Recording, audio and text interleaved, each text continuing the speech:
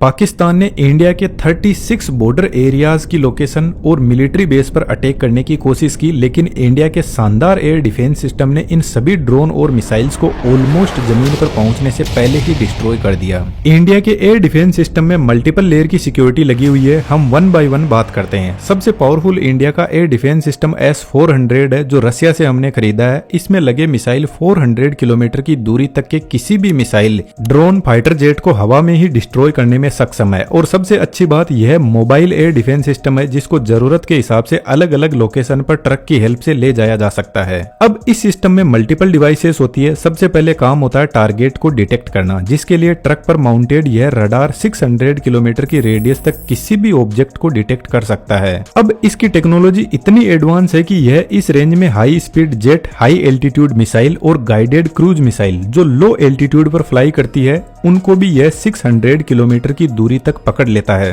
और सबसे अच्छी बात, 300 प्लस टारगेट को यह एक साथ में पकड़ने में सक्षम है। टारगेट मिलने के बाद इंफॉर्मेशन कमांड पोस्ट को सेंड की जाती है। कमांड पोस्ट बेसिकली इस पूरे डिफेंस सिस्टम का ब्रेन होता है। यह देखकर समझता है कि जो टारगेट आ रहा है उसकी साइज कितनी बड़ी है, यदि मल्टीपल टारगेट आ रहे तो सबसे पहले किसको फायर करना है, और सबसे इंपॉर्टेंट, टारगेट के हिसाब से कौन से मिसाइल को लॉन्च करना है। जब यह डिसाइड कर लिया जाता है तो अब बारी आती है मिसाइल को लॉन्च करने की। यह काम ट्रक पर माउंटेड यह मिसाइल लॉन्चर करता है। हर लॉन्चर पर 4 ऐसे बड़े ट्यूब लगे रहते हैं जिनके अंदर मिसाइल होती है। तो एक लॉन्चर के पास में 4 मिसाइल होती है, लेकिन पीछे लगे कमांड यूनिट और रडार मल्टीपल ऐसी मिसाइल लॉन्चर को एक साथ में कंट्रोल कर सकते हैं। तो एक जो स्क्वाड्रन होता है उसमें टोटल 8 से 12 लॉन्चर यूनिट होते हैं। तो यदि 8 लॉन्चर यूनिट है तो 32 मिसाइल एक स्क्वाड्रन में होंगे। और इंडिया के पास में टोटल 5 स्क्वाड्रन है, जिसमें 160 missile any time stand by mode पर खड़े हैं, जिसका मतलब है इनको सिर्फ कमांड यूनिट के ऑर्डर का इंतजार रहता है। यह जो लॉन्चर यूनिट होता है यह कोल्ड लॉन्च टेक्नोलॉजी यूज करती है, जिसमें ट्यूब के नीचे एक गैस जनरेटर होता है और इस गैस जनरेटर में एक सॉलिड प्रोपेलेंट फ्यूल को भरा जाता है। तो जब मिसाइल लॉन्च होती है तो इस प्रोपेलेंट के अंदर एक हल्की चिंगारी से आग लगाई जाती है और यह प्रोपेलेंट इस टाइप का होता है कि यह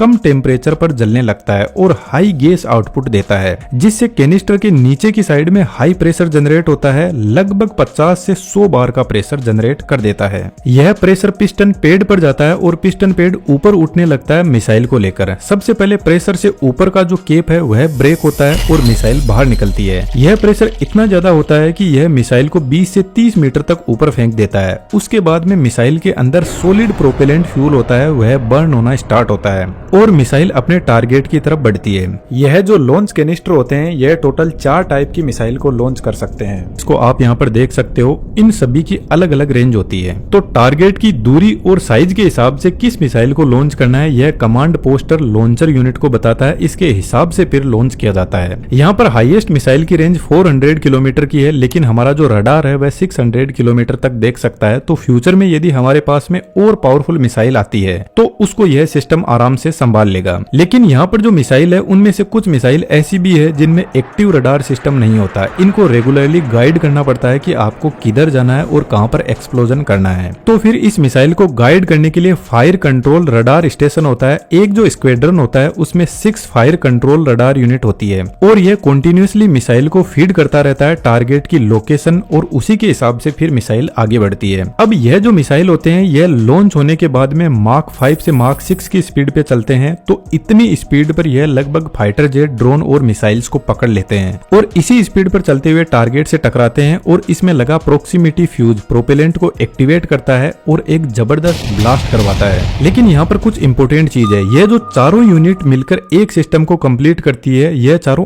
अलग अलग जगह पर होते हैं जिनकी लोकेशन जनरली किसी को पता नहीं होती। तो पाकिस्तान के जितने भी मिसाइल्स और ड्रोन आए थे उनको इसी सिस्टम ने हवा में ही डिस्ट्रॉय कर दिया। लेकिन एक बात सोचने की है, यदि मान लो कोई छोटा ड्रोन आ रहा है और उसको यदि हम मिसाइल से उड़ा रहे हैं तो यह कोई समझदारी वाली बात नहीं है, क्योंकि 5 रुपए की चीज पर 100 रुपए खर्च करना थोड़ा अनफेयर लगता है। तो फिर हमारी गवर्नमेंट ने और भी एयर डिफेंस सिस्टम की लेयर्स को इसमें ऐड किया, जिसमें सबसे पहले ऊपर नाम आता है आकाश एयर डिफेंस सिस्टम, और सबसे अच्छी बात यह है कि यह अपना सेल्फ मेड इंडिया का है, जिसको डीआरडीओ ने बनाया है, और यह सिस्टम 2007 से ही एक्टिव है। यह सिस्टम टोटल 3 मिसाइल्स यूज करता है और तीनों की आप रेंज देख सकते हो, जिसमें मैक्सिमम रेंज 70 किलोमीटर है।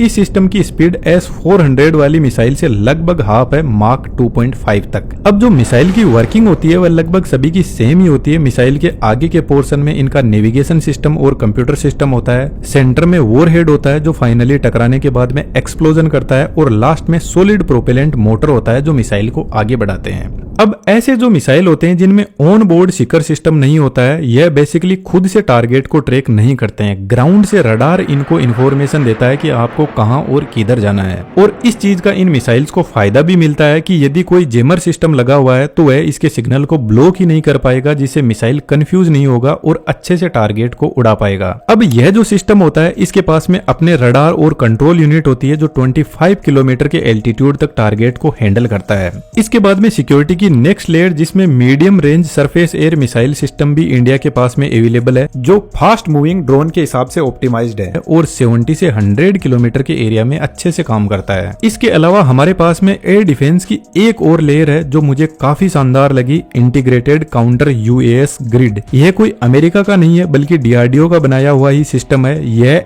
एक सिस्टम नहीं है बल्कि बहुत सारे सेंसर, सर्विलांस, रडार का पूरा नेटवर्क है। इसमें भी मल्टीपल लेयर होती है। इसमें जो रडार होता है वह हाई रेजोल्यूशन रडार होता है जो छोटे छोटे ड्रोन को 10 से 20 किलोमीटर की रेंज में पकड़ने का काम बहुत अच्छे से करता है। रडार के अलावा इलेक्ट्रो ऑप्टिकल और इंफ्रारेड सेंसर इसमें लगे रहते हैं, जिसमें कैमरा भी होता है जो ऑब्जेक्ट की इमेज दिखाता है, और इंफ्रारेड सेंसर ऑब्जेक्ट की थर्मल इमेज जनरेट करता है। इसके बाद में इलेक्ट्रॉनिक वॉरफेयर यूनिट, जिसमें रेडियो फ्रीक्वेंसी सेंसर इसके कम्युनिकेशन सिग्नल को कंट्रोल करता है, और यह जो सेंसर होता है यह इस तरीके से काम करता है कि यदि रडार किसी ऑब्जेक्ट या ड्रोन को देख भी नहीं पाया तो भी यह उसके कम्युनिकेशन सिग्नल को 5 से 10 किलोमीटर की रेंज में कंट्रोल करने लग जाएगा। और यहाँ पर अवेलेबल रेडियो फ्रीक्वेंसी जैमर इसके सिग्नल को ही ब्लॉक कर देगा, तो या तो ड्रोन कहीं पर लॉस्ट हो जाएगा या कहीं पर जाकर गिर जाएगा। और पाकिस्तान ने जो अभी एयर स्ट्राइक की थी इसमें यह सिस्टम बहुत ही अच्छे से काम कर रहा था। अब मान लो यदि यह सिस्टम ड्रोन के सिग्नल्स को जैम नहीं कर पाया तो इसके साथ में लेजर डायरेक्ट एनर्जी सिस्टम भी एक्टिवेट होता है जो डीआरडीओ ने ही बनाया है। यह 10 से 20 किलोवाट की पावर को काम में लेता है और ड्रोन के ऊपर हाई पावर लेजर छोड़ता है, जिससे वह हवा में ही जल जाता है। लेकिन इसकी रेंज सिर्फ 1 से 2 किलोमीटर है। यदि ड्रोन इससे ज्यादा दूरी पर है तो एंटी ड्रोन गन्स काम में लिए जाते हैं, जो बेसिकली एक नेट को हवा में फेंकती है जो ड्रोन को पकड़ के नीचे ले आती है। अब यदि टारगेट इस सिस्टम की रेंज से ही बाहर है तो इसके पास में अपने शॉर्ट रेंज मिसाइल भी होते हैं जो एकदम क्विकली ऑपरेट करते हैं। अब इस सिस्टम को भी कंट्रोल करने के लिए कमांड एंड कंट्रोल यूनिट होती है जो बेसिकली डिसाइड करता है कौन से सिस्टम को ऑपरेट करवाना है। इसके अलावा भी कुछ एयर डिफेंस सिस्टम अपने इंडिया में अवेलेबल है, लेकिन सबसे अच्छी बात यह है कि यह जितने भी सिस्टम अभी मैंने आपको एक्सप्लेन किए हैं यह सभी एक इंटीग्रेटेड एयर डिफेंस सिस्टम से जुड़े रहते हैं, जिससे यह आपस में एक दूसरे को इन्फॉर्मेशन शेयर करते हैं ताकि डिसाइड किया जा सके कि दुश्मन के किस ऑब्जेक्ट को कैसा ट्रीटमेंट देना है। आई होप दैट कि आपको सब कुछ क्लियर हुआ होगा। और भी ऐसी शानदार इन्फॉर्मेशन के लिए आप हमारे साथ में जुड़ सकते हो।